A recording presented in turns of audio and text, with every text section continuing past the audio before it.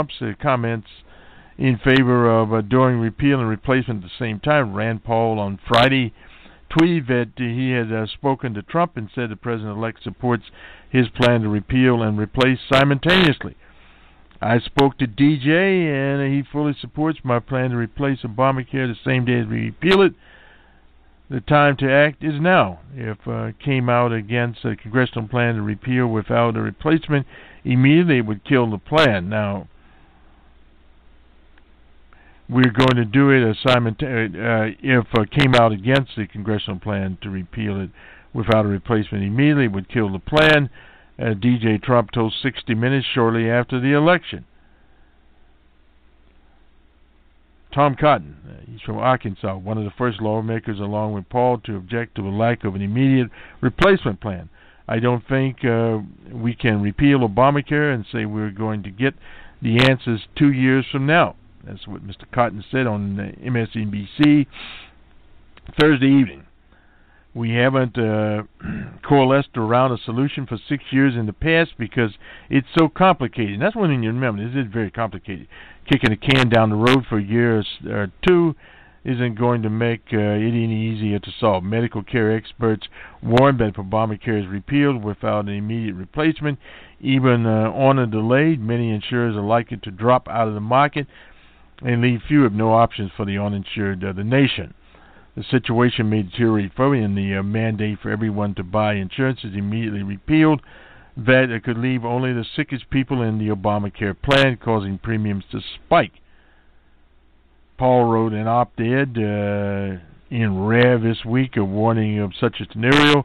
He called for an immediate replacement, or else Republicans risk assuming the blame for the continued unraveling of Obamacare, which they have done anyway.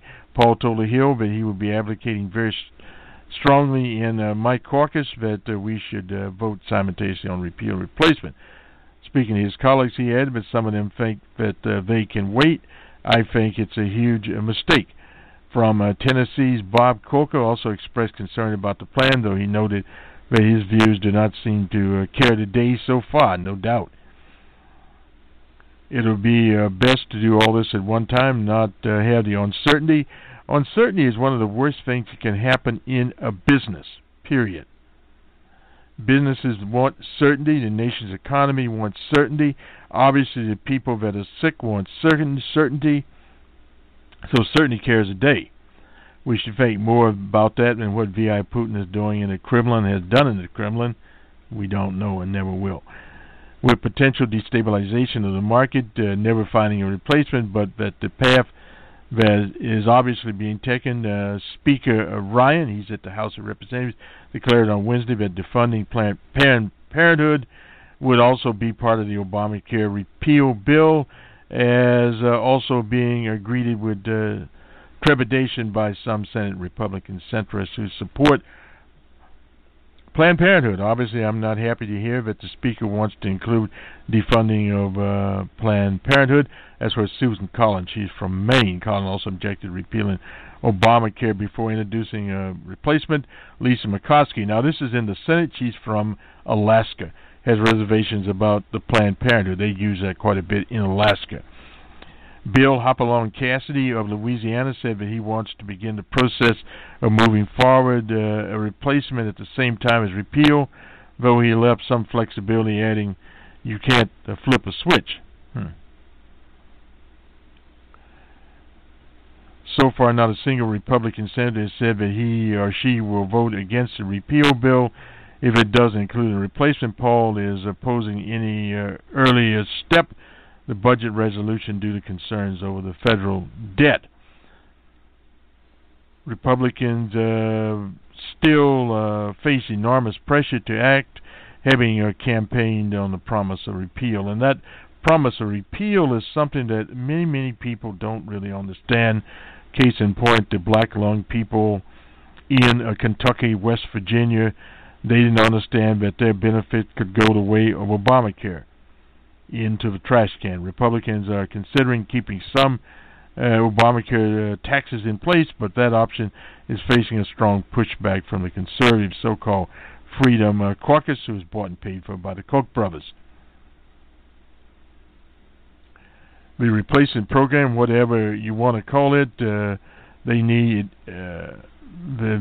needs to be implemented. I believe needs to be voted on the same day. That's from Bill Mark Meadows. He's Meadows, excuse me. He's a chair of the Freedom Caucus, but the Freedom Caucus wants to bust the budget from hell to hell, so they burst it anyway. Slammed the Republicans on Friday, sent President Obama for repeal and delay strategy, challenged him to put forward a fleshed-out proposal. If they are so concerned they can do better, then they shouldn't be afraid to make a presentation. Well, they don't have a presentation, period. He was talking to Vox there. It really is interesting to try to figure out why this is it that they are trying to rush the appeal so quickly. Well, they're rushing it because the faster they rush it, the quicker they can get this done. That is their stratagem. Before the progressives and the rest of America can literally move forward with their organizing attempts. So what has to be done from progressives, you need, and anyone else, working people, period, is call the White House, call the various people in the Senate, period. Now, this is something else in the Hill here. Let's see. This was.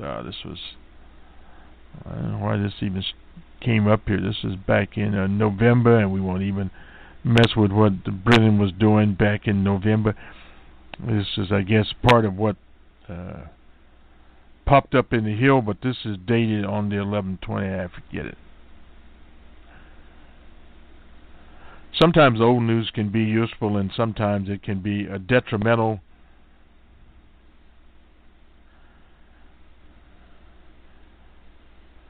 Splicer, this is the chief henchman for DJ Trump. Media doesn't treat Trump with respect. Cheer on Democrats.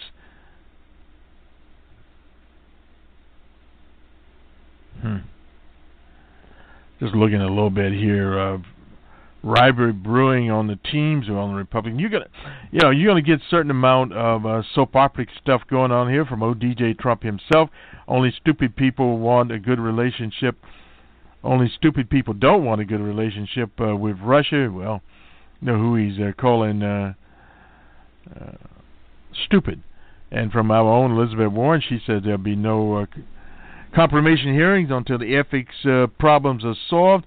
Republicans wanted to get rid of their ethics problems, period. So when we go to our presentation, we'll talk to you on the Monday Morning Quarterback on Monday morning, and of course on a numbers man on many of these outlets, the WBRN radio and the Boston Red Network appear on. So we have a full schedule here, and the open source report, well, we're working on it. We'll get it out when we get it out, I guess. Promising things. We've been over a month behind the 8 ball on that. One of the big problems is moving from what is primarily news gathering and some commentary to our technical format, the economics format. We've got that down, and we need to integrate all those things together. We'll get it done. Have a good weekend, everyone. We'll talk to you on, at least on this program, on Monday morning. Bring the coal industry back. Trump country. Neil Yontz, a Democrat and coal miner for 35 years, initially supported Hillary Clinton. But I voted for Trump. Maybe a mistake, but I heard him say it'd bring coal back. A mistake maybe because Yontz now suffers from black lung disease. From there to here, you see the difference in my breathing on it that close. He voted for Trump to bring jobs back, but now fears Trump's promise to kill Obamacare will also end his black lung benefits. When they eliminate the Obamacare, they may just eliminate all of the black lung program. It may all be gone. Don't matter how many years you got. 3 sentences in the Affordable Care Act made it easier for victims of black lung to get monthly federal benefits if they worked 15 years or more in the mines. And if they died, the benefits automatically extended to their widows. I will be drawing is $643 and I think 42 cents. Once a month. once a month. Patty Ambergy just got her first payment. Her husband Crawford, after 32 years in the mines, died in 2007. To see it in what somebody you live with 45 years go from a vibrant man to a child is very hard. Getting the payment can also be difficult. Even with the law, it took her 3 years. Now, her Black Lung Widow benefit, along with Social Security and a tiny $62 a month pension, keeps her financially afloat. So this money is important to you? Absolutely. Absolutely. It's not a large amount, but it's enough to pay the bills. Keeping up with the bills here, for many, a lifetime struggle. So Trump's full-throated promise of jobs was a powerful message. The unemployment rate in Letcher County, 10.3%, more than twice the national average. This area has seen a terrific decline in the number of coal mining jobs in the last 5 years. And those jobs tended to be high-paying jobs. Stephen Sanders represents miners applying for Black Lung benefits. As jobs have evaporated, he says, Obamacare benefits more important than ever. President-elect Trump promised people that he was going to restore mining jobs. I don't think he thought about what the Affordable Care Act might mean to miners who are applying for Black Lung benefits. Linda Adams' husband, Tony, died 3 years ago. She's now applying for Black Lung Widow benefits.